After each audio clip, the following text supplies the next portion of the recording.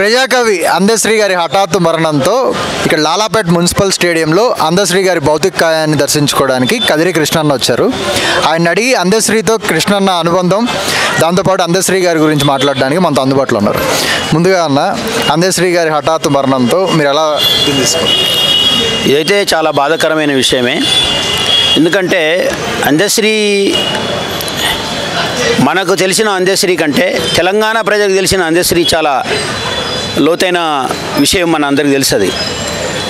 ఆయన అటు వామపక్ష, విప్లవ, ఆ తదనంతర ప్రోగ్రెసివ్ శక్తుల నుంచి మొదలుకొని ఈరోజు తెలంగాణ వరకు అన్ని సంఘటనలతో పాటు అన్ని ఉద్యమాలతో పాటు తనదైన పాత్రను పోషించు కుల మతాలకు అతీతంగా, ఇది గొప్ప విషయం ఏంటంటే కుల మతాలకు అతీతంగా, ప్రాంతాలకు అతీతంగా రాస్తూనే జరిగిన ప్రతి అన్యాయాన్ని ఎదుర్కొన్నటువంటి ఒక గొప్ప కవి ఇవాళ మన మధ్య లేకపోవడం అనేది తెలుగు సాహిత్యానికి, ముఖ్యంగా ఇప్పుడున్న కవి లోకానికి చాలా తీరని లోటుగా నేను భావిస్తూ ఉన్నాను.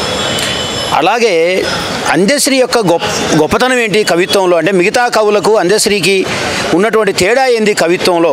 ఆయనకు మాకున్నది కవిత్వ సంబంధమే కదా. అనేక మీటింగుల్లో చాలాసార్లు విమర్శించే వాళ్ళం కూడా, చాలాసార్లు విభేదించే వాళ్ళం ఆయనతో. కొన్ని సందర్భాలు విభేదించినప్పుడు కూడా చాలా సంతోషపడేవాడు. వెరీ గుడ్, ఇలా విభేదించడం కూడా మంచిదే అని చెప్పేటటువంటి ఒక గొప్ప తాత్వికత కలిగిన వాడు. అన్నిటికీ మించి మిగతా కవులకు అందశ్రీ గారికి ఉన్నటువంటి తేడా ఏంటి కవిత్వంలో అంటే, రచనల్లో అంటే, అందశ్రీది స్థానికత నుంచి ఇంటర్నేషనల్ లెవెల్కి వెలిగే కవిత్వం. చాలామంది ఇంటర్నేషనల్ కవిత్వం రాసి స్థానికానికి వస్తారు, కానీ అందశ్రీ స్థానిక కవిత్వం అంటే స్థానిక పరిస్థితుల నుంచి, స్థానిక వాతావరణం నుంచి ఇంటర్నేషనల్ వాతావరణాన్ని చిత్రీకరించేటటువంటి ఒక గొప్ప అరుదైనటువంటి కవి అందశ్రీ. ఆయన డిగ్రీలు, పిహెచ్డీలు లేకపోతే అవే పెద్ద విషయాలు కావు ఆయనకు, అసలు ఆయనకు లేవు, అవసరం కూడా లేదు. అంటే ఒక వ్యక్తికి స్పందించే గుణం ఉంటే డిగ్రీలు, పిహెచ్డీ అక్కర్లేదు, ఎంత గొప్ప కవిత్వం అయినా రాయొచ్చు అని చెప్పేసి ప్రతి విషయాన్ని ఆయన స్పృశించినటువంటి, తన పాటల్లో స్పృశించినటువంటి అంశమే లేదు, ప్రతి సబ్జెక్టు స్పృశించి ఇవాళ ఉన్నటువంటి తెలుగు సాహిత్యానికి ఒక గొప్ప మైలురాయిగా నిలబడతాడు.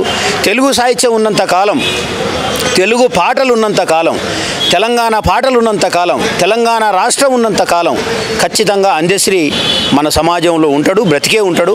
భౌతికంగా లేకపోయినా ఆయన తెలుగు సాహిత్యంలో ఒక స్థిరమైన, సుస్థిరమైన, ప్రత్యేకమైనటువంటి స్థానాన్ని సంపాదించుకోవడంలో ఎలాంటి సందేహం లేదు.